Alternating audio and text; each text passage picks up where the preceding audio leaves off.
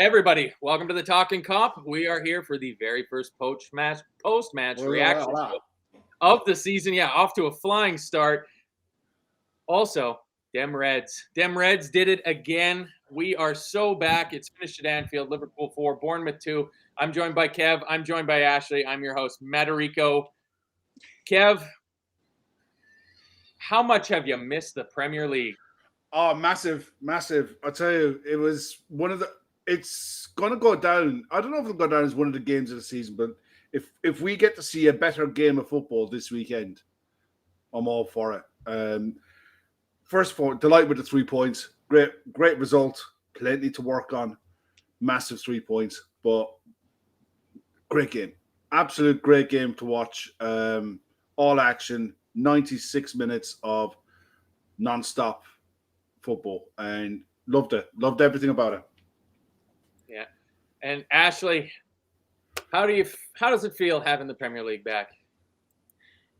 It feels like my heart rate is back to its kind of normal up and down that comes with being in the middle of the Premier League season. I feel like these games, they really, I don't know, they make me have all sorts of anxiety that I don't have for the rest of the year. And it's something about the Reds and the way they do it and the way they make me feel like all hope is lost. And then they just say, psych, and then they give me all the hope back. And there's nothing else like it. And it's like, this is the drug. This is why we do it. This is why we are all so incredibly passionate about this team. And it was a fantastic win. Yeah, I was saying to Kev just before just before we joined you guys on YouTube. Also, apologies for the goofy-looking start time. Gav set the show up for us, and if you are aware of where Gav is and what he's doing right now, you'll understand then why he was able to make a simple mistake like figuring that we were going to be on at 12:15. So apologies for anybody that's caught up by that, but thank you everybody for joining us. I said to Kev, like, it was just a perfect encapsulation of the English game. The drama, the quality that's on display, the passion of the fans, and then, as we'll have to get to, unfortunately, the dark side of some football fans and just being absolute fools. But Ashley, I'll start with you on this. I think we all knew that the tribute that was going to be paid to Diogo Jota before the match started was going to be done with the level of class that we all can always reasonably expect out of Liverpool Football Club. And this was done absolutely brilliantly. I would like to give kudos to the international feed for their commentators not saying anything from the moment that You'll Never Walk Alone started until the referee blew the whistle signaling the end of the minute silence. It was just a perfectly well done job by everybody in that stadium. Yeah, and absolute credit as well to the traveling Bournemouth fans. We had an incident with the Community Shield, and I'm so incredibly glad that did not happen again. This was an emotional moment for everybody. I mean, like, it's hard enough not to cry during You'll Never Walk Alone, but this one just hit me in the feels, and especially knowing that Diogo's family is there. His parents were there today. His wife was there. His children were there. The mural was just impeccable. The way that the club designed that and had everyone hold up those little pieces of paper to create that larger image, and all of the new banners that popped up around as well. Everything just was so well done, so tasteful. And yeah, the minute silence was just impeccable. So across the board, this club has really handled this situation impeccably. It's a new situation for everyone. I hope nobody ever has to go through it again, or no other club has to go through it. But in terms of the way it's been handled, I just am so proud of the club and the way that they've done it. Yeah. And Kev, like Ashley said, a massive kudos to the traveling Bournemouth fans. I mean, that's a long day's travel for them coming up from the South Coast. And it was pin drop stuff that you could hear. And you could tell that all the mics were on. I know sometimes sporting events, the producers are accused of maybe turning the mics down a little bit during a moment of silence. But you could almost hear people breathing during that moment of silence. It's spot on. It was impeccable. I'd expect nothing less, really, from the Bournemouth fans. Always seem to be a class act. Nice family club, a nice club. Genuinely, they're generally a nice club. But their Bournemouth fans were absolutely impeccable. The way it was observed, perfect.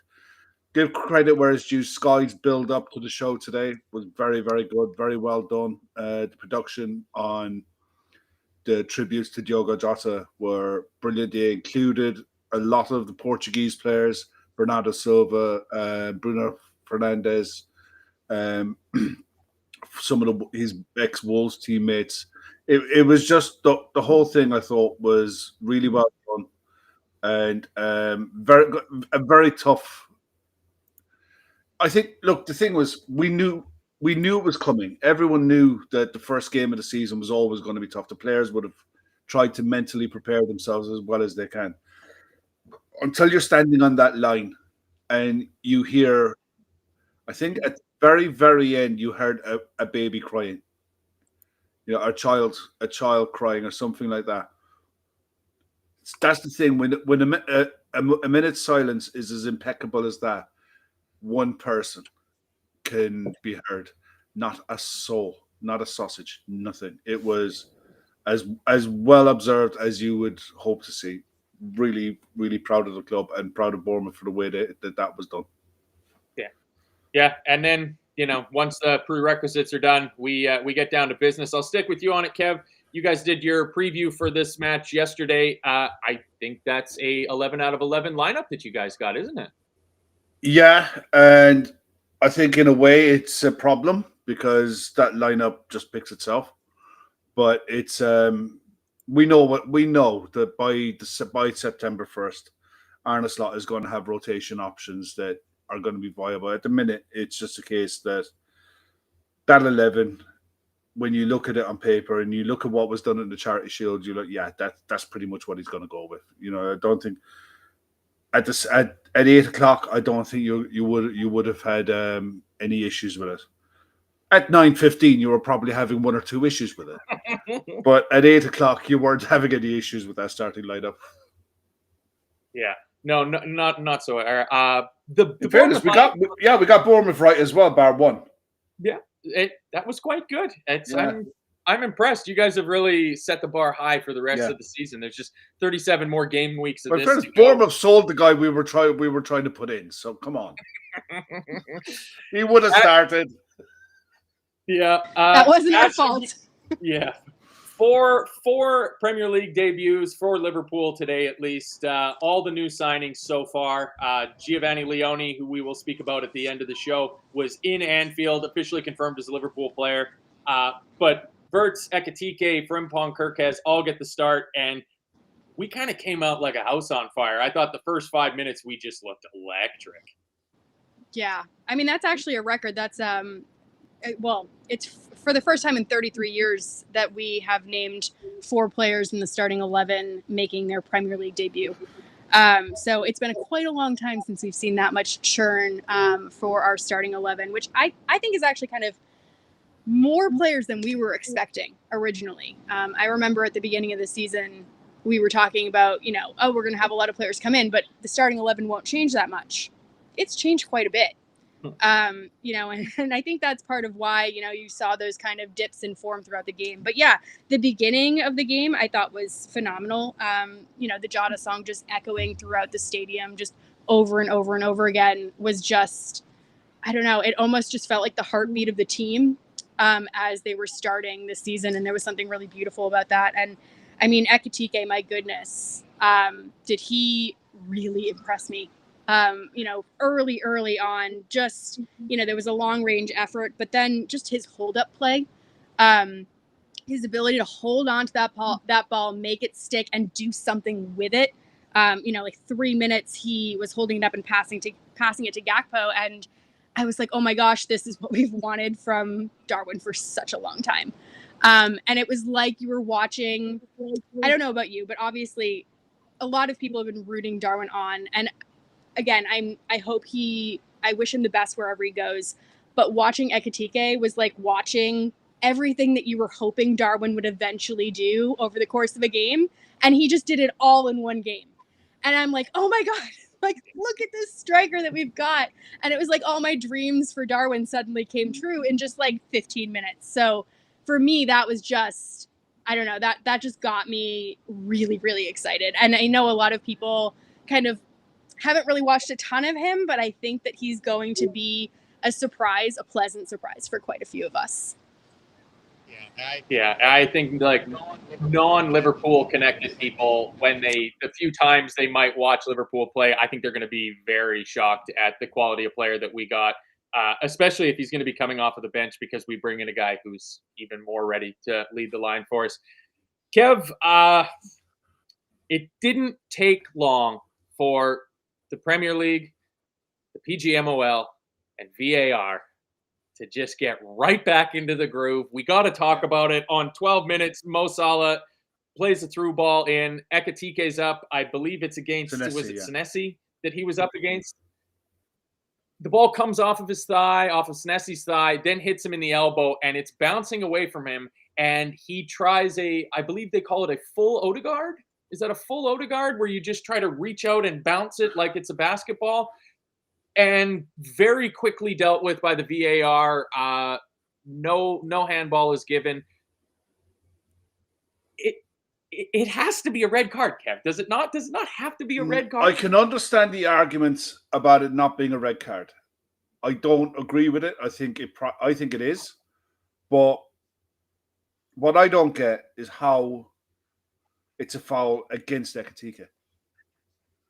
How on earth did that Ekitike give away a free kick there? Because that's what happened. I think the free kick was given away against Gakpo for handball. Was it? Was that what he gave it for? Yeah. I was. Which is the richest irony. That's how blown my mind was, because I saw it and I was like, I looked at it. He's clear. He's not getting caught. Yeah, there was a player coming around, but he was behind. So he was just clear, and he just went and put a swipe out. Now Carragher at halftime made a really great point, and it was because the commentators on the gantry have the earpieces to hear the audio directly from between the VAR and the referee. And Carragher swears blind that the story that the VAR gave during the incident and what the PGMOL put out halfway through the half are different. And he also made the point that the VAR had made his decision before Carragher had the replay in front of him. And bear in mind, they get it before we get it. So I don't understand where the VAR, whoever he is, made this decision, unless he made it on the bounce of the knee to the hand and didn't see the second touch, or didn't look for the second touch. If they froze it on the knee to the hand and froze the image there, he's going to say, yeah, it's knee to hand, it's accidental, foul on Gakpo if he handled it. But if he lets it run on, he sees the swipe of the second goal. I can't for the life of me understand how that's at the very minimum a yellow card. But I can definitely see, I think it's a red. But look, the other thing is Carragher made the point that they made the decision too quick.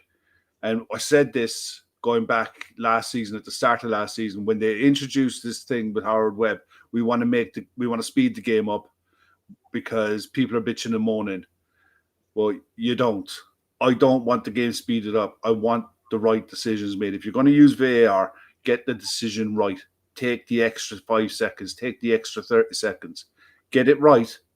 And don't have your first game of your season 13 minutes into the game and a VAR balls up. And it's the only one of the game. I think it was the only VAR incident really that you can look at and say, yeah, that was a complete balls up. And, you know, it's 0-1 on Ref Watch. It's just a complete and utter disgrace. And here we are, first game, first night of the Premier League season, 15 minutes into the game, talking about VAR, for fuck's sake. Yeah. Do you know what I mean? Sickener. Yeah, for anybody that wasn't with us last season on Patreon, when we say Ref Watch, we are talking about a show that we do on Patreon for our members where we actually use video clips of it and go through some of the contentious decisions of the weekend. And we were all laughing in the chat we have for show prep for that it's like, and Ref Watch is back with an absolute vengeance. But I mean, Ashley, on that moment before we get into Ekitike's opening goal, I just feel it's such a deliberate motion for the ball. Like, he doesn't palm it or anything like that, but I feel the moment he touches that with his fingertips at all, given how deliberate it was and where the play is on the field, that it's got to be a red card.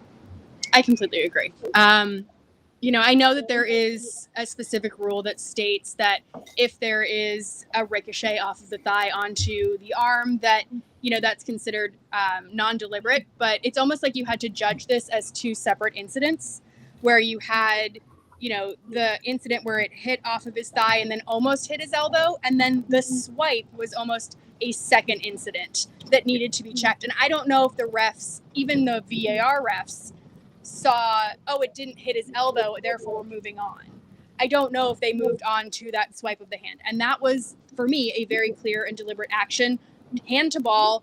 And, on my feed, what I got is that they thought that it wasn't a clear goal scoring opportunity, that it was a possible goal scoring opportunity. And that, to me, just opens a whole can of worms. And one thing I will say is that if a player was brought down in that exact same location, so let's say it wasn't a handball, but let's say Ekitike was physically yanked down, which I think has happened versus Bournemouth, almost in the exact same location for us last season, that would be a red card. So both are a red card. For me, they're both denial of a goal scoring opportunity.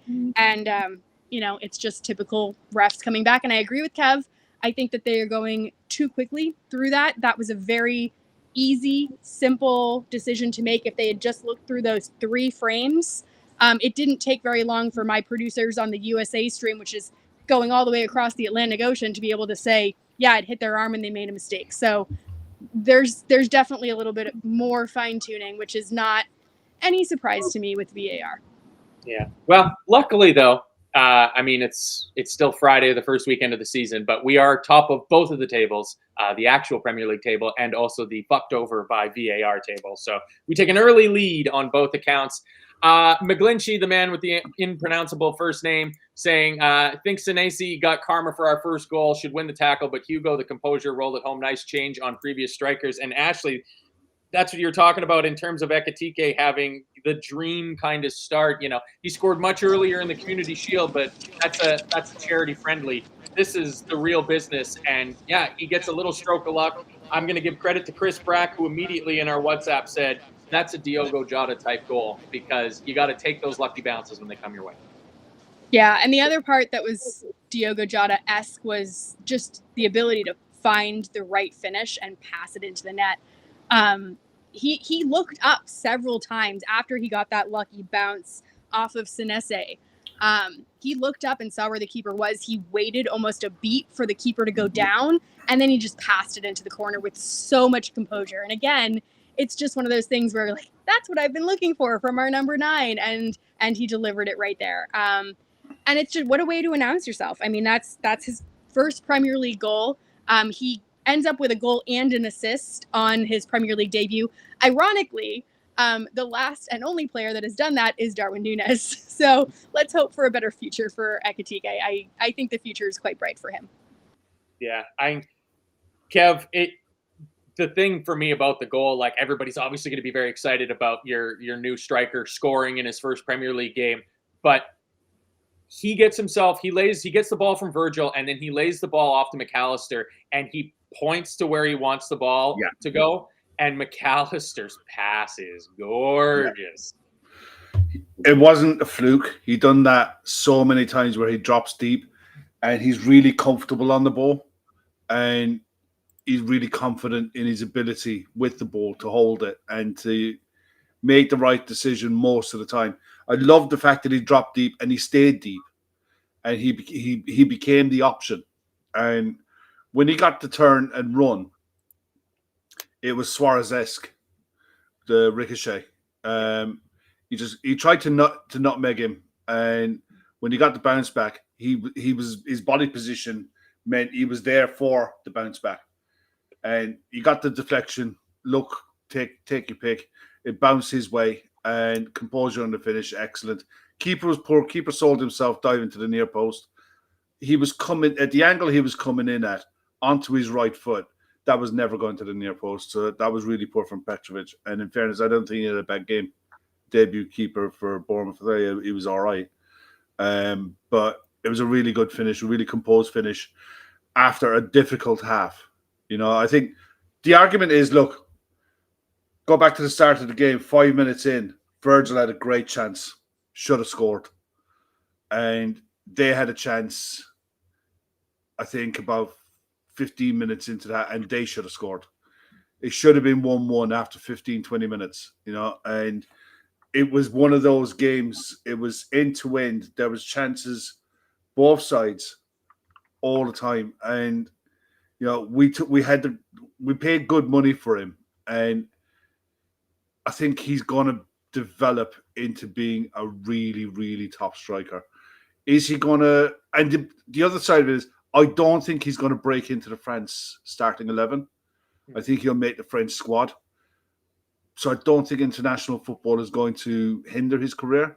I think he'll be in and around it. So when it comes to tournaments, when it comes to going away on international duty and stuff like that, he'll train, but he'll be rested, so he'll come back to us fresher. The future is so bright for him. There's a few things he needs to work out. We'll chat about it later, but overall today, what a debut. Charity Shield is Charity Shield. This is real. This is grown up football, and outstanding performance today from him. Yeah. I'll stick with you on it, Kev. I mean, that was the good bits of the first half. We do need to discuss some of the less savory bits. Not that. We'll deal with that at the very end. I'm talking about the play on the pitch for now. Milos Kerkez. I mean, if Hugo Ekitike had a dream debut, it was not quite the same for Milos Kerkez.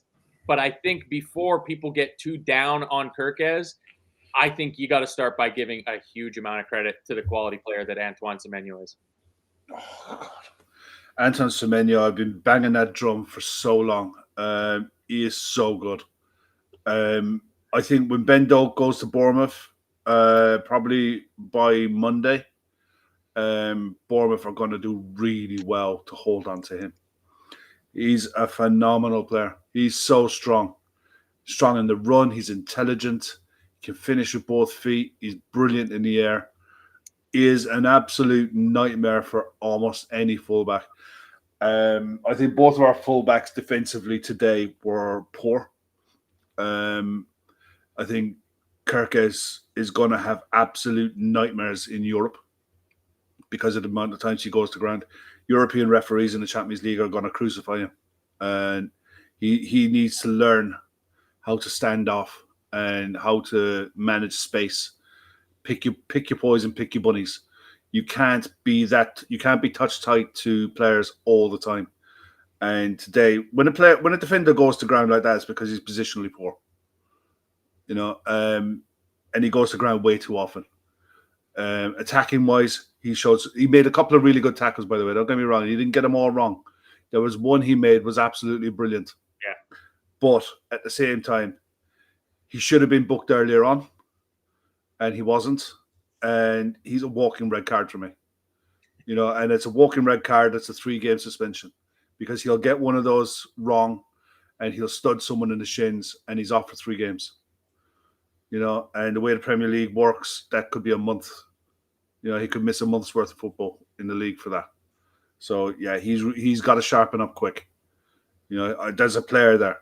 100%. We know there's a player there. Going forward, he was very good in the overlap. But defensively, he's got a lot of work to do. Yeah.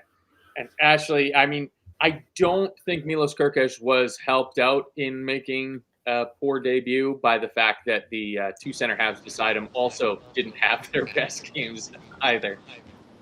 Yeah, I mean, I think there's a couple of things going on with Kerkez.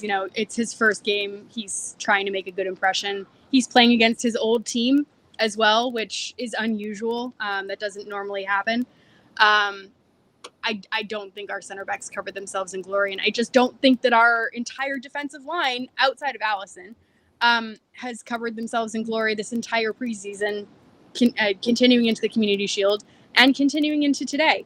I don't know if it's you could pick between Virgil or Ibu for who had a worse game. I think Ibu for me was worse. Easy.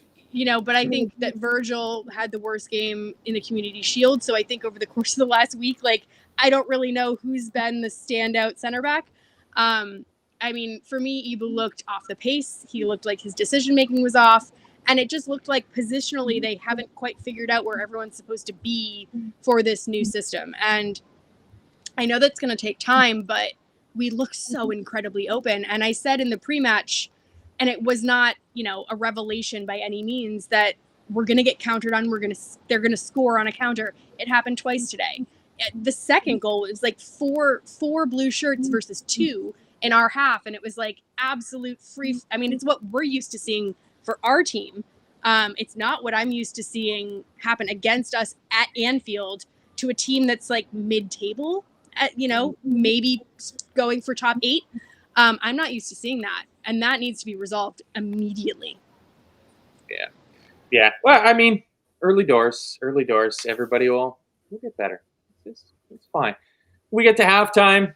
We're sitting at 1-0. There was a few, get onto the Telegram and the members chat there at halftime, check the WhatsApp and everything, and everybody's delighted with the lead, but you're like, there was some worrying signs there, especially with how Kirkez was really getting dominated by Semenyo. I noticed towards the end of the first half, it looked like McAllister was either taking it upon himself or was told by Arne Slot to get over and help him out a little bit more, and I felt that helped. You always want to come out and start a second half well. Kev, that's how you start a second half well. 5 minutes in, we double our lead, and Cody Gakpo obviously gets the plaudits because he's the guy that puts the ball into the back of the net, but I loved the work that Hugo Ekitike did there. Same thing again. He pins his man, he turns around, he lays the ball off nicely and lets Gakpo go on one of his trademark cut across the top of the box runs. That's great center forward play from Ekitike. It is. It's exactly what you want from him. And the thing is, the more they play together, the more this group gets to read each other and what they're going to do and where they like the ball to be played, the better it's going to look. And Kirk has showed the other side of his game in his support play. He was the one for the bounce off pass as well in this. But I thought the finish was outstanding. It's his normal finish, cuts inside, and it's kind of like Salah on the other side. Salah's going to chop onto his left foot. He's going to do it, but you're not going to stop him doing it. Gakpo is the same. He's going to chop onto his right foot. He's got the ability to go the other way, and he shows you a couple of times. But if he chops onto his right and gets past you, he's going to do something. And the bit about the finish that I love was he took a couple of longer touches, and then he took one short touch to get the ball into the position to side foot at home, and he passed the ball away. He passed the ball in. It's a fantastic finish. Deserves all the credit in the world. I thought on the attack today he was very good. Cody Gakpo today, compared to the Charity Shield, night and day difference in the performance. I thought in the Charity Shield he was defensively good, but on the other side of the game, not on the page. Today he was a constant threat all day, and yeah, that was a fantastic finish. And 2-0, you sat there just on after halftime. Lovely, happy days. Mm-hmm. This is all going exactly how we could all want it to go. Few people pointing out in the chat that they thought Gakpo was good. I also thought Gakpo was quite good today. Slightly fewer defensive responsibilities compared to the Charity Shield there, Ashley. And right after we get the second goal, McAllister takes a shot from outside the box, draws another fingertip save from Petrovic. I'm not sure about Petrovic. I don't think he's that good. They had Kepa last year, so I don't know if it's that big of a step down.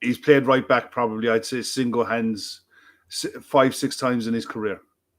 But it's, yeah, I think it was more of a personnel issue, not a substitution issue. But credit where it's due. That counter-attack for their goal. You won't see a better one. That's as good as you're going to get. The ball, the problem I have with the goal, Endo was neither here nor there. He wasn't on the overlap, forcing Brooks to follow him back. And he wasn't deep enough to be able to block off the ball to find Brooks in the first place. He was in no man's land. And that's more on the manager than on the player because he's not a right back. So, but when they got the ball out to Brooks, he was on the run. So he was beyond, and he was so wide when he played the cross. The weight of the cross took everybody out of it. And with the best will in the world, Andy Robertson on his best day is not fast enough to track Semenyo. Semenyo is going to get there ahead of him. And I don't care what position you're in. Robertson positionally was not a problem. He just won't keep up with Anton Semenyo in his flat race. That's just physics and biology. It's just one of those things. And the weight of the pass took Virgil out of it. I'd love to be able to say, yeah, Virgil should do this, Robertson should do that. Nah, that's a brilliant goal. That is an absolutely brilliant goal. And because of the weight of the pass out from Brooks in, I don't think anyone can defend it. That's as good a cross. It's away from the keeper where he can't come for it. And it's too quick from Virgil to be able to get at it. Virgil's top speed in that game today, I think, was 29 kilometers an hour, or 29 miles per hour. He's as quick as any centre back as you'll find in the league, and that ball was just too good. Yeah, I completely agree with the praise for the quality of the counterattack goal. Like after I wrote down roughly what happened in the goal, I just put a little star and just wrote that's a great counterattack goal. I mean, Ashley. All Liverpool fans will react when we get scored against, and it's like, oh, this is terrible. We're giving up the same goal on counters. I think pretty much every single team in the Premier League is going to give up goals on the counter if teams counter like that. It's a great ball by Adams. He puts Brooks into space. Brooks uses his pace, and like Kev said, puts the ball into a perfect spot. And Semenyo is a high-quality striker. Like, we want things to be better. Like, I think maybe Virgil could have been a little bit quicker, a little bit more switched on to what was happening around him, but that approaches the level of being undefended. It does, but it's, I don't know. We didn't see that goal happen against us very often last year, is what I'll say. It's very, very rare that we saw, that many players running toward our goal with just one or two players back. I know that we were kind of committing ourselves. We were on sort of an aggressive move ourselves, and there was a bit of a ricochet. There might have even been a foul on Verts prior to their counterattack, but I don't know. There's just a slight imbalance going on with Konate and Virgil and the way that they're lining up back there. I thought that Konate was a little bit too high. I don't think that there's anything that Virgil could have done at that point, but I think that Konate was a little high for the initial ball by Brooks. Again, it's tweaking. It's stuff that I think that, I'm sure that they're all going to get, very clear instructions from Slot. We know that he likes his video analysis. Everyone's going to get this all done, like play by play. At the end of the day, you're right. It was a fantastic cross by Brooks. It was a fantastic finish by Semenyo. There's nothing that Allison could have done there. But I guess my big concern at that point was less about the indefensibility of that goal and more about the fact that Bournemouth was building up a head of steam. And there came a point right around there where we just could not get out of our box. We couldn't even get out of our half, but we couldn't get out of our box primarily. And they were just pummeling us. And because Ekitike was off, our out ball wasn't there. And at that point in time, I was like, we're going to come on and we're going to be talking about a draw, and it's going to be an awful way to start the season, and it's going to give all of our opponents, that little bit of encouragement that they need. And, shame on me for not believing in this team and the ability of, Chiesa coming off the bench because holy shit, that was not on my bingo card. I mean, after he didn't even feature in the Community Shield, I think a lot of people were surprised to see him come onto the pitch. But we'll get there in due time. Ashley, you mentioned we struggled to get out of our own half. We did get out of our own half one time quite spectacularly, though. Allison just puts a gorgeous ball through for Mo Salah, and he just couldn't quite keep the pace up for it. But then we make those second changes, like you said. Ekitike comes off for Joe Gomez out of nowhere. McAllister goes off for Jones. It gets a little bit more regular at the back, not having Endo as a right back anymore. And the second goal is the infuriating one to concede, isn't it? Yeah. I just wanted someone to put a tackle in, like anyone. And very much. I mean, I just called him out 30 seconds ago. So I think it's pretty clear what I thought. I mean, Semenyo is fantastic. I think that's his third career brace in his entire life. So it's not very often that he scores two, but he showed up today. I think that Bournemouth are very fortunate that they signed him onto a new deal. I think that he was clearly their best player.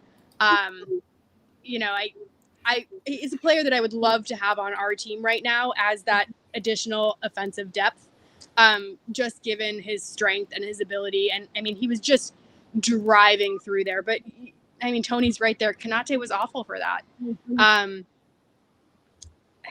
don't know. I don't know what you guys thought about that. I don't want to sit here and complain about a player because it's the first game of the season, and I think that there's we don't complain about him because we get to talk about all the good stuff now. That's Kev's job. Yeah.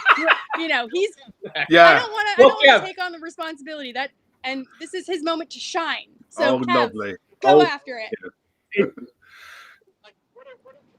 Like what are the Opta stats on how many yards Ibu Konate backed? Like they just kept backing up and backing up. Yeah, whatever about the two up. centre backs. I'll come to them in a minute.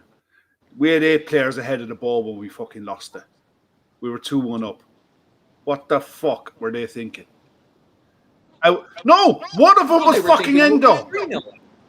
Endo was ahead of the fucking ball. He's our 6, for fuck's sake. But if you have children in the room, now would be the time to remove them. It's 5-11. If you have children up at this time of night, you're bad parents. I'm just kidding. No, seriously, it's so bad. This is 76 minutes. You know, I can understand you're chasing a third to put the game to bed, but to lose the ball in the position that we did with 8 players ahead of the ball is criminal. And I guarantee you Arne Slot is going to tear shreds off people for that, because that's just horrendous. You know, that's schoolboy stuff. You know, you'd see that in under 12s, you know, where everyone wants to try and get a goal. But when Semenyo goes on a run, he weaves and he goes. He's one of these unusual forwards that he's as good left foot as he is right foot, and he's a nightmare. But at some point, Virgil is blocking off the pass. It falls on Konate. Virgil has to, because Virgil can see the play in front of him. He's got to tell Konate probably a few seconds before he did to step out and force Semenyo to make a decision. He can't pass it off because Virgil's blocked that off. You force him to take the shot earlier, or you force him to go around you. And if he goes around Konate, Allison comes out and he forces Semenyo into making another decision. You drop and you drop and you drop, and eventually and it was a lovely finish, but he gets into the position to be able to use Konate as a shield to slot it in past Allison. And yeah, it was so bad. It was defensively really, really poor. Really good goal, really good finish, brilliant run, but it was so preventable. And at that stage, you couldn't argue with it because they had about a 10-15 minute spell in that second half where they were just like a rash. They were everywhere. It was almost a case that we looked like we'd taken a red card and nobody decided to tell us because we just looked a man short everywhere in the pitch. and they were relentless. That's why they're going to be a problem this season for a lot of sides. Their energy is through the roof, and it doesn't matter the fact that they've sold 3 of their back 4. They've just gone out and bought some more players, and they've got energy to burn, and they're going to be a really good side, and they're going to threaten a lot of sides on the counter if they can keep the likes of Semenyo, and you add Ben Doak to that. So, fair play to them for getting back into it. They deserve to get back into it. They were on top at this stage, and we really, really put the extra spoon of sugar on it for them because we really helped them out in that. It was so bad.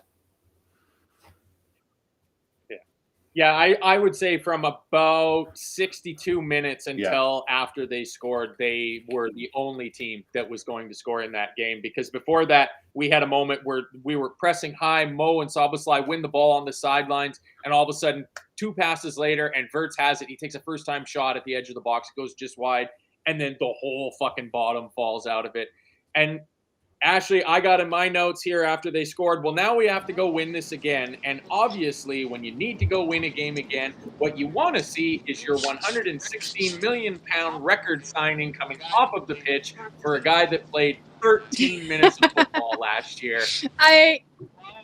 And my God, is his song delightful. It's funny delightful. When I was there back in May, that was the song that just echoed through the entire stadium on repeat. Like, there were so many other songs that could have been sung, but it was his song just on repeat. I don't even think he came on once during that game, but it's such a tune, and it just kind of echoes and builds and builds and builds. And if that is his only moment, if that is his one Premier League goal in his entire career, what a fucking amazing goal it is. Like, what a moment. And right in front of the Kop, he knee slide, he went all the way over to, like, the whole shebang was just poetry. And I was not ready for that to be, like, this early in the season. I'm ready for those moments, like, in December. Like, no, we're going to start the season off immediately right now.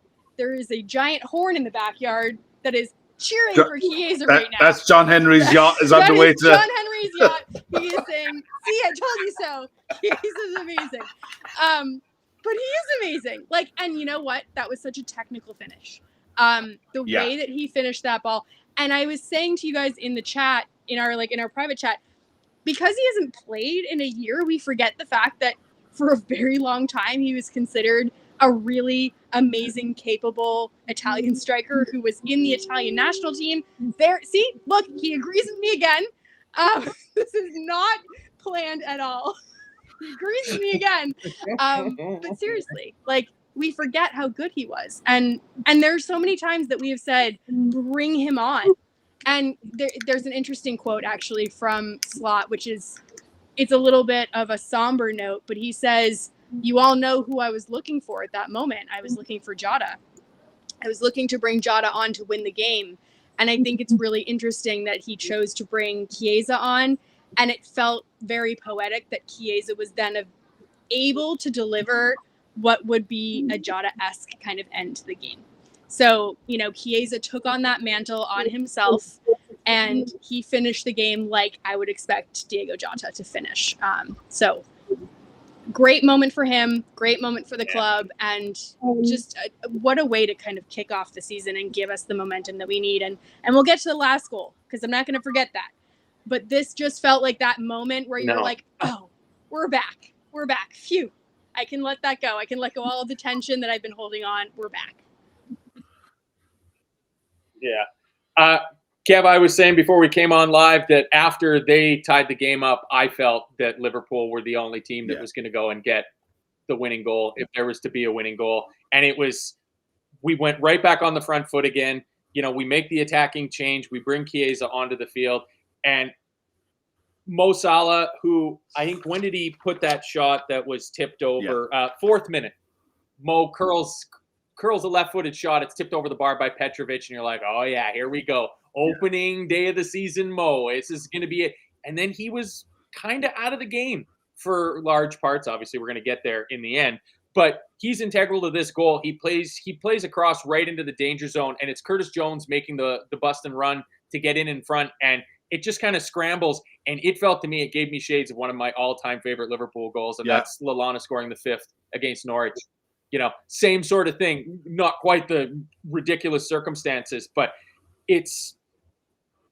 that's champion stuff, Kev. Like, this is a team that's got a gold Premier League badge on their sleeve for a reason, and you get that by doing things like this. And it's a little out of order, but I'm going to go to these quotes here from Arne Slot. It says, "We lost many players during the summer, but we did not lose our mentality." And then he followed it up with the one Ashley was mentioning, where he says, "When it was 2-2, you know what player I was looking for? Diogo Jota, but I couldn't for terrible reasons." But that's such a strong, like, I mean, yeah, hey, I would have preferred a nice, comfortable 3-0.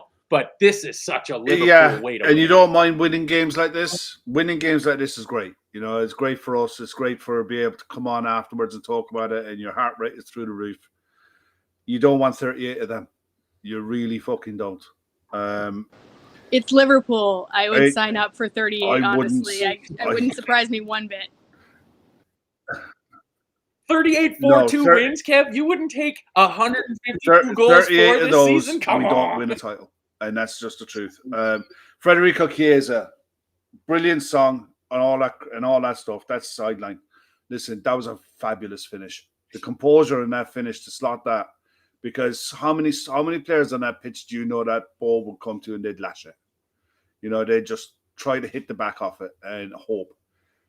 Federico Chiesa is a fabulous footballer, right?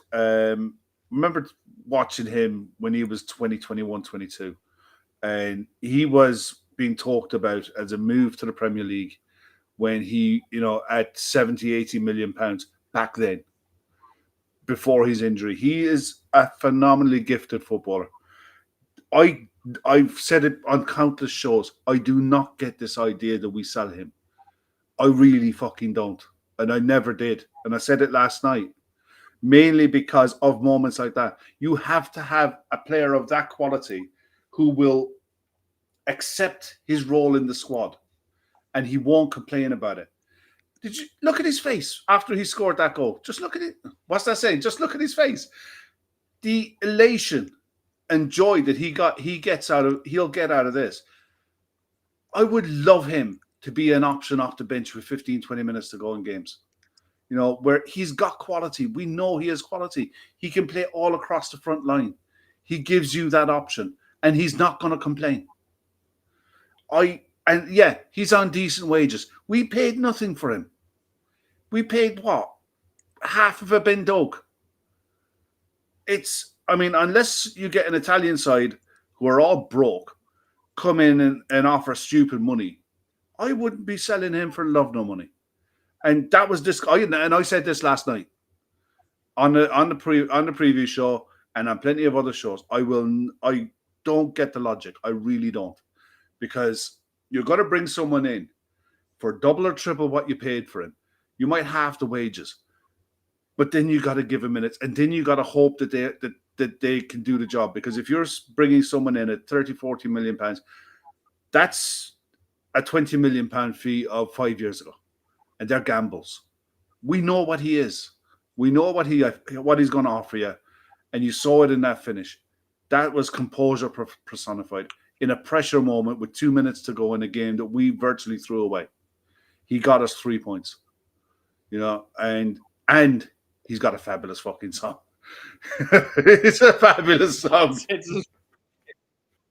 It's brilliant. So I was good. trying to look for the comment. It was from way early in the show, but I couldn't find it, so I can't give credit to where it's due for whoever said it. But it was somebody was saying that I don't think that Chiesa took a breath from after he scored until Mo Salah scored. Every time the camera went to him, you could just see so much blood and in his concentration. face. He was back defending corners and organising players around. You remember, he's captained Italy. Do you know what I mean? At a young age, his family. You know, everything about this kid. He's like the Chiesa family and the Maldini family. They bring through, you know, there's generational footballers there. It's royalty. Yeah, I mean, I really, really desperate. He's one of these players that I desperately want him to succeed. because it's him, because I know how good he can be. I desperately want him to succeed. I really do. Yeah, and I think the biggest thing around his leaving now would only be his wanting to play more minutes to get into the Italy World Cup squad. But Richard Lefebvre saying here that if he has an Origi type season, if he's that player, that impact sub that comes on, plays some of the fringe games, but scores big goals and makes those big moments, that should be enough to get him into that Italy team as well too. Kev, we'll round it out with you. Hey, John. While Theodore the tugboat goes behind Ashley there. It's not John, it's Linda. It's not John, I genuinely don't know what's happening right Linda's on the horn. I'm just going to stay on mute for a little while because this is just outrageous. Kev, cometh the first match week of the season, cometh the hour, cometh the man. Bournemouth, I'm sure their heads were a little gone by this moment, but you got to play until the final whistle. The ball gets lumped over the top, and nobody pays attention to the man who just loves scoring on match week 1. Mo Salah with a rare right foot minute, goal. And he's bursting a lung to get that. And he does the opposite of what he normally does. He cuts back into his right foot and takes a shot through the keeper's legs. Through the defender's legs. Perfect finish. But the run to get it, the run to make that ball, I think all he was trying to do was make sure he got there. If at worst, draw the foul and kill the game that way. But the fact that he got there and held the defender off and got into the box, cut back into his right foot, got the shot away and slotted it away like he did, continuing his record of scoring on opening day, scoring and contributing on opening day. And yeah, you're right. He had moments in the game. He had a couple of shots, couple of decent crosses. There was one cross in the second half with the outside of his left foot that he put in, and the keeper just got a touch to it because Ekitike was coming in on the back of it.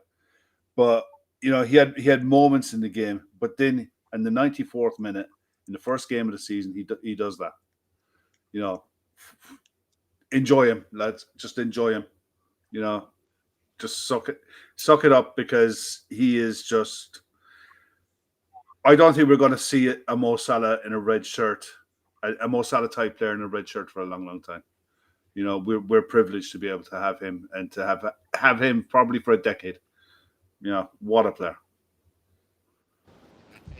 Yeah, he's everything that you could want. Oh, and Endo got the assist at the front. Yep. So, and it's a new record for Mo because, first new record. He is the first player to score on 10 opening days.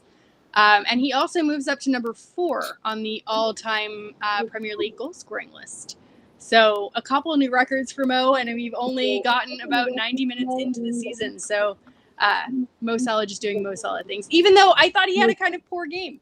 And I feel like maybe the Bournemouth players thought that too, and they were like, oh, we can just let him be in the corner over here. He's on the left side. He doesn't do anything from the left. Nope. Just kidding. Mo Salah doing Mo Salah things. So it was nice to see. One thing, Matt, Ashley, as well, for all of the doom and gloom that we'd have come on here at halftime or at full time, what have you, if it was 2-0, just quickly read these off. We had 61% possession. We had an XG 2.15 comparing to Bournemouth's 1.63. We had 19 shots with 10 on target. They had 3 shots on target in the 95 minutes, 96 minutes. It didn't feel like it. It didn't feel like that type of game. The eye test does not feel like that at all. The sniff test and the stats test are different. The one thing I will say that from the stats point of view, our passing accuracy at 83%, I think that needs to come up if we're going to dominate midfield. I think that was the problem for us throughout the game. I never felt we really had control in the middle of the park, either way, going forward or coming back. And the difference is, I think this is probably the first season under Slot now, and even going back under Jurgen Klopp, where we're playing with a dedicated, out-and-out, pure number 10. It has its advantages, but it does have its drawbacks.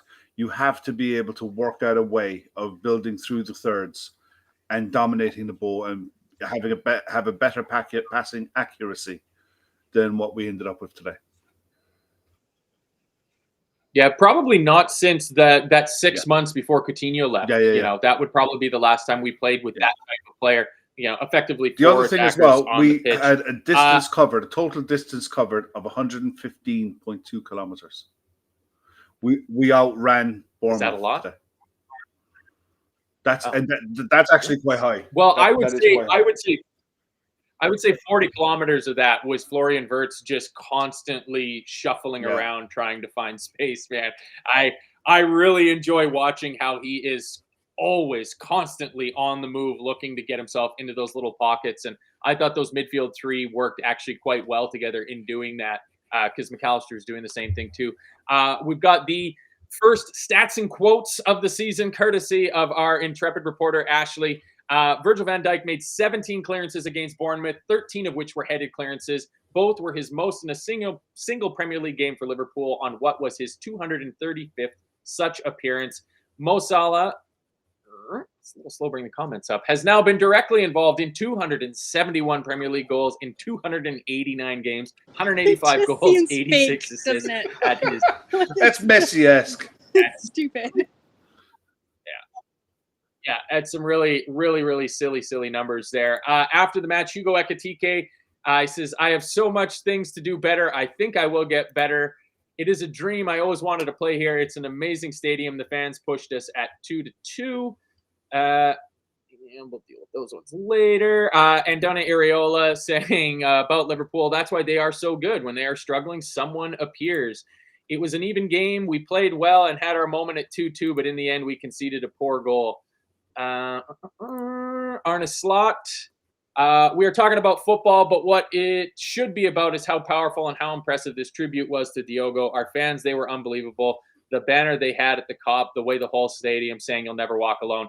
That "You'll never walk alone" for a different reason for me ranks up there with the one after the Barcelona match. I thought it was spine tingling that rendition of "You'll never walk alone." More from Ekitike saying, we wanted to win for the people who came tonight and for Diogo. That's what we did. I'm happy for everybody. And Arne Slot on Milos Kerkez says, Milos Kerkez is a player the fans like because with every duel, he goes all in. And that feels like if those capitals were transcribed correctly, if he said it with an all caps kind of voice, it feels like a conversation's going to be had between the coaching staff and Milos Kerkez about exactly that. Now, I didn't see Chris Brack posted before we went live that Salah was very emotional post-game, and Virgil van Dijk saying for Mo Salah, this was a very emotional night to play. Did either of you see that? Afterwards, he was in tears. He was visibly in tears after when the final whistle went. And he also was very emotional after the rendition of "You'll Never Walk Alone." I think it was Szoboszlai that was kind of right next to him in the lineup when they were doing just sort of like that, the two teams side by side, and Szoboszlai was putting his arm around Mo Salah and almost consoling him. So it seems like from beginning to end, Mo Salah really was emotionally affected by that, and that's something that we have to keep in mind with all of these players. It looked a little bit hectic, and it may have been for that reason. I don't know how much their heads were in the game the way that they would be traditionally. And for Mo Salah to kind of still be able to circle back and get that goal at the end, do the Jota celebration, and you could see it on his face that like he meant that celebration with every ounce of his being. And I think that it was cathartic for him to be able to do that and to be able to honor his friend in that way. And so I'm really, really glad for him that he got that chance. But again, just trying to be kind to these players and have a little bit of empathy for what they're going through, because it's 6 weeks. That's nothing. That's nothing. No. And for them to be able to perform on a public stage and a very emotional public stage as well, credit where credit is due to every single one of those players for being able to go out there and do that and not break down and just cry and just perform like that. So yeah, with that, I don't want to finish on a sad note, but I'm really, really proud of our team. Yeah. It's the first one of the season. We're not finishing anytime soon. Come on. Kev, did you pick up anything of that? Because I always turn the game off pretty much as soon as the final whistle blows. For anyone, who's watching, what generally happens is the game finishes, we'll go off and do what we got to do, get online and get in here and try to get the show started as soon as we can. So I generally don't watch something, but I know I came back into the front room and Tally was on, and Gary Neville pointed out he was on the pitch with Kelly Cates doing the post match, and he was making the point that Mo Salah was really emotional on the pitch, and understandably so. I mean, Jota from Diogo Jota from the build up to the game, the stuff that the players were talking about, his Portuguese teammates and Liverpool and Wolves teammates. Arne Slot probably summed him up really well. He wouldn't care if he was talking to the manager, John Henry, or Carl and Caroline in the kitchen. He talked to everybody the same. And I think Salah, because I think it probably might hit the older players that bit more, because you're a bit older, you're a bit more mature, you're a bit more aware. They would have played with him for longer too. Yeah, there's that side of it, but I think you're more aware as well. And mortality, you become more aware of certain things. And I just think that Mo, it was just a culmination of everything. The way the game panned out, the late winner, the emotions in the crowd, the songs, the chant, the Diogo songs that went around, everything culminated in just pure raw emotion. And grief will hit you for 6 when you least expect it, and it'll just bitch slap you around the house when and it's the stupidest little things that trigger you. And it could have been as simple as him finishing, doing the celebration, triggered him into an emotional response, and God bless him. Yeah, exactly. And now, before we get on to man of the match and all that other stuff, we unfortunately have to deal with the dark side of today's game. The statement from the club reads as follows: Liverpool Football Club is aware of an allegation of racist abuse made during our Premier League game against AFC Bournemouth. We condemn racism and discrimination in all forms. It has no place in society or football. The club is unable to comment further as tonight's alleged incident is the subject of an ongoing police investigation, which we support fully. And Arne Slot, when asked about it, said, I think the club made a clear statement. We do not want this to happen in football, especially at Anfield.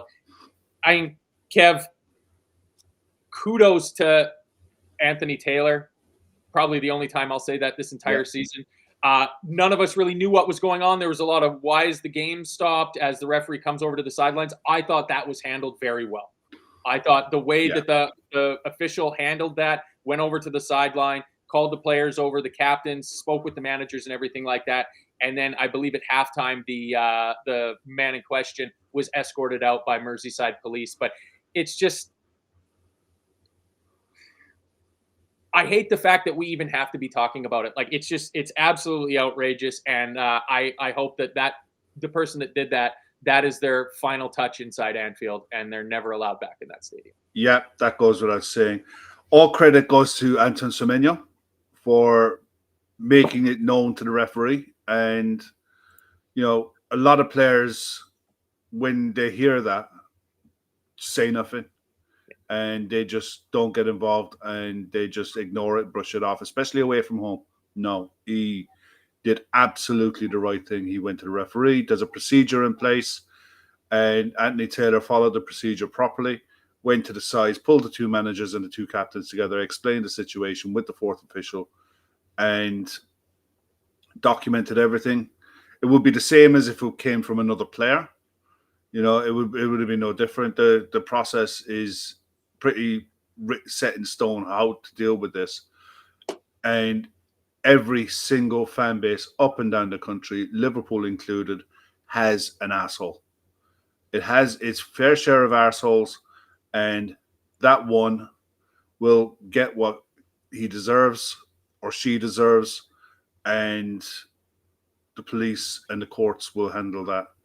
And agree 100%. Hopefully they never set foot in Anfield again. The talk is that they were caught on camera. if they're caught on camera, I hope that person is fully exposed and fully humiliated and thoroughly embarrassed and ashamed of themselves for what they did. It's a disgusting, disgusting thing. They Never were caught understood. on camera. Yeah. And I was shocked that again, I'm in the United States. I'm in Boston. So I'm watching a USA feed, and they had no problem whatsoever putting the entire incident with, you know how they can like zoom in and almost magnify a shot? Yeah. That's what they did. And they Yeah. put that on live television in the middle of halftime. Yeah. It was very apparent where this person was sitting and where they came from. And I was shocked that they did that. But you know what? There's no place for it. There's no place for it. And it sets a precedent where it's like there's no hiding from this at all. Like there's cameras everywhere.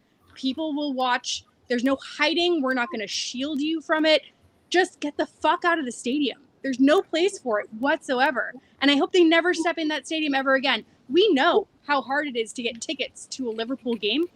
If you're going to act like that, you have no place in this stadium. You have no place in this supporters group or anything. Fuck off is what I have to say. Well done. Well said. The one thing I will say, thought we were going to get the first C-bomb there. I thought for sure this. It can be shown abroad. That can't be shown on TV in the UK because it can prejudice a court case and used to get someone off. That's why it won't have been shown by Sky. And until a conviction is had, that person's face won't be. It'll probably be online, but it won't be broadcast on the traditional media. But when the court case happens, that person's life is going to change. Well, if you were interested in seeing the coverage on the USA Network, one way of doing that, if you live overseas, is with NordVPN. For all your VPN needs, I'm sure there's some sort of discount code in the description for this. I wasn't actually told to do an ad read, but I just like doing them so much. I just thought I'd throw it in there at the very end anyways. Nobody's going to complain because Chris isn't here, so it doesn't matter who I go to first. So let's start with Ashley, man of the match, honorable mention, and needs to do better, please. Ooh, okay. My man of the match is Ekitike. Because I just thought he had a phenomenal debut. I can't remember a debut quite as good as that in recent memory.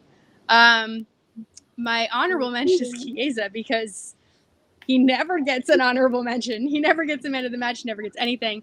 But for him to come off and have that, for him to come on, and have that moment, I just think he deserves his little moment in the sun. Could do better. Gosh. I think it's a 50-50 between Ibu and Kirkez. I did my fair share of shitting on Ibu today, so I'm going to say Kirkez needs to do better. Share the shit. Yeah, well, there's enough to go around, so you guys can share. So there's going to be a low-hanging fruit there. But I can't stand Kirkez going to ground the way that he did. I agree with Kev. I think that's a red card waiting to happen. I think it's a sign of positional kind of whatever the opposite of awareness is. He doesn't have it in that scenario. And I'm not in it for like, oh, that's a way to impress the crowd. For me, that's not. I want him to stay on his feet and I want him to use his brain. So I think that he could do better. And there's another defender that you guys can pick on as well. Well, Kev, over to you. Yeah, look, the man of the match is pretty easy. It is Hugo Ekitike. He was outstanding. What a debut. Home debut, Premier League, new country, new team. Only been there a few weeks. Looks like he's settled in really well. And going off the fact that that was probably his first interview on TV, handled that really, really well. There's an awful lot to like about him. The only thing I'd say about him today, there was a couple of times where he loves the layoffs. There was one back heel that he played perfectly. That was so good. Yeah. The only thing I'd love to see him, and I said it to you guys in our group, I would love to see him once in a while take the ball, turn and run, because it got to the end. As the game wore on, the defenders were reading where he was going to flick it to, and they were intercepting it and cutting it out. But if he gets the odd time, it's like Gakpo going on the outside. if he takes the ball, holds it, turns and runs, defenders can't track his. They won't be able to come out and cut off his interceptions then because they won't know what to do. They'll stand off him and wait for him to make a decision. Then you'll see a lot more coming from him. I thought at times he looked Bobby-esque with the way he was dropping off, and some of his skills with his feet is ridiculous. He'll get better in the air as well. He was really unlucky with one header from a corner. Honourable mention, Gakpo. Brilliant finish. Ran all day. Always a solid out ball. Held it well. Had a really good game, I thought. Needs to do better. Matt, I'll let you have the low-hanging fruit. Dominic Szoboszlai defensively. If you're going to be playing that 6 role, you have to be disciplined. You know, some of his interceptions high up the pitch are really good. He cut out some, he won possession back high up the pitch a few times. But positionally and awareness-wise, he was giving the ball away in stupid places. And he did it in the Charity Shield as well. It's because he's an attacking midfielder and he likes to run with the ball. And sometimes you have to keep it simple. And he's got the ability, he's got the passing range to be able to spray the ball. So he's probably one that needs to improve. If he's going to be used in the 6, he's going to have to learn the defensive nous. He's going to have to develop that, and it's not going to be easy because it's not natural to him. So it is what it is. I thought defensively in that role today, they got through us a bit too easy at times. I'll let Matt you go because it's funny. You gave that to Szoboszlai because I think obviously Ekitike is the man of the match for Liverpool. I think the full-on man of the match is almost certainly Antoine Semenyo. Yeah. Not only for not only just for his grace in how he handled that situation, but for the fact that he also scored 2 goals and was fucking dynamite out there. He was the most dangerous attacking player on the pitch. So, but for us, I think it's Ekitike as man of the match.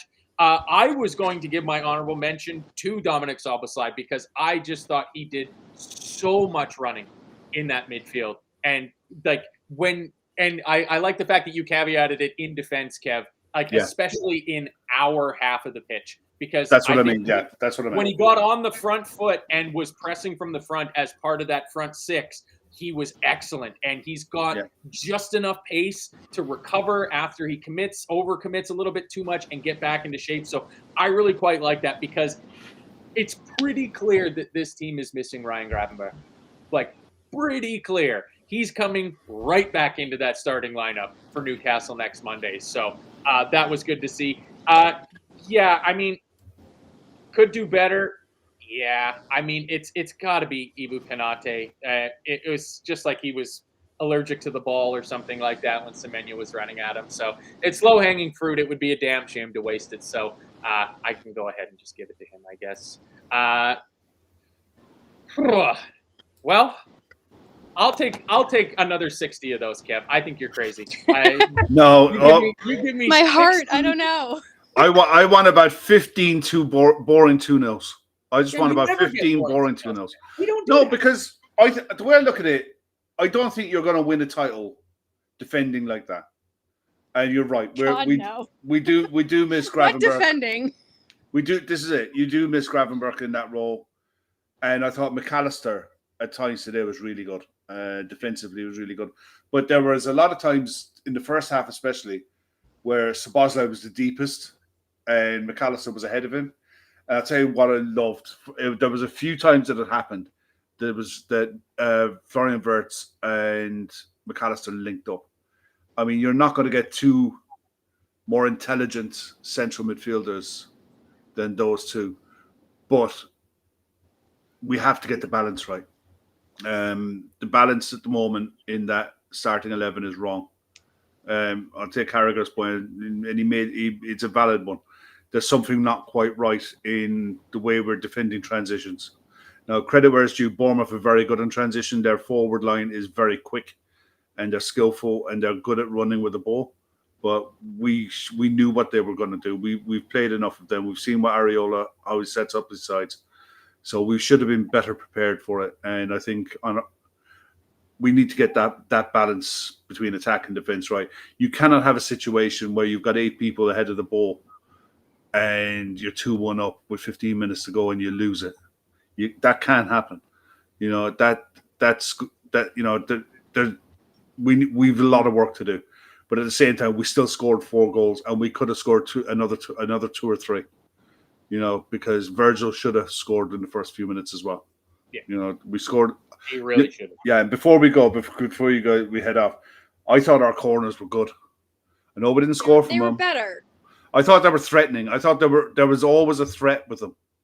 And we played the short one a few times, and we never really let Bournemouth settle. And I thought all of the deliveries, but I think bar one, that most of the deliveries forced them into defensive situations, defensive clearances, or gave us chances where we didn't take the headers. But yeah, I thought our delivery from set pieces today wasn't bad at all. It will get better. We will get more chances, and I think we will score goals from set pieces. We've added a lot of height.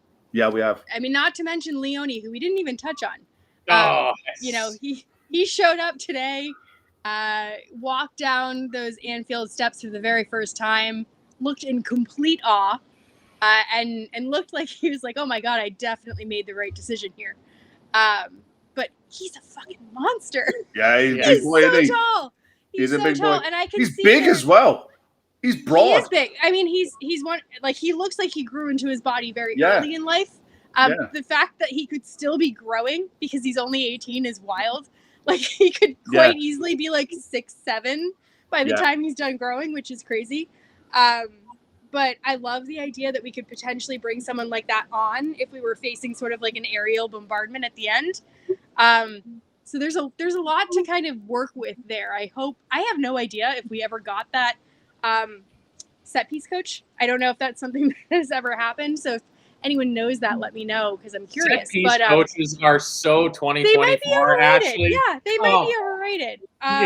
But I do think that I wait for our first corner goal. Me and Chris are just kind of waiting for like that perfect corner. 2 babies sat in the telegram. Shush. You are. Shush. You're worse than children. You sat there. It's like, oh, we're going to get a corner again. Oh, look, we're going to mess it up again. The world's tiniest violin. She's sitting there with her nice new Adidas long sleeve jersey with a gold sleeve patch on it, going, "Oh, you don't score enough from corners." Wah. Davey T saying, "How are the lads tomorrow?" Just to remind everybody, if you're in our Patreon, we are going live with our first final 20 of the season tomorrow. So the 3:00 kickoffs, Ashley and I, we get unfettered access. I guess, Kev, you do too, not being in England. No, not really. I got one of with them. Your I don't know which one I VPN, got. you could. No, I couldn't. I'll give you my Fubo.tv login, Kevin. You can watch. I've got the one good thing. They've started over here now. They're going to be showing all of the 2:00 Sunday games at the same time. Oh, I saw that. The Sky multicast. Yeah. That'll be good. Yeah, we will. And I think Masters came out and said that they are actually thinking about releasing that 3 p.m. blackout as of the next TV cycle. So not this one, because I think it's like 4 years, which I think sounds like it's an eternity. But I think that they are thinking about it, which would be very nice. I don't think it's down to the league. I think it is actually a law that has to be repealed to allow it.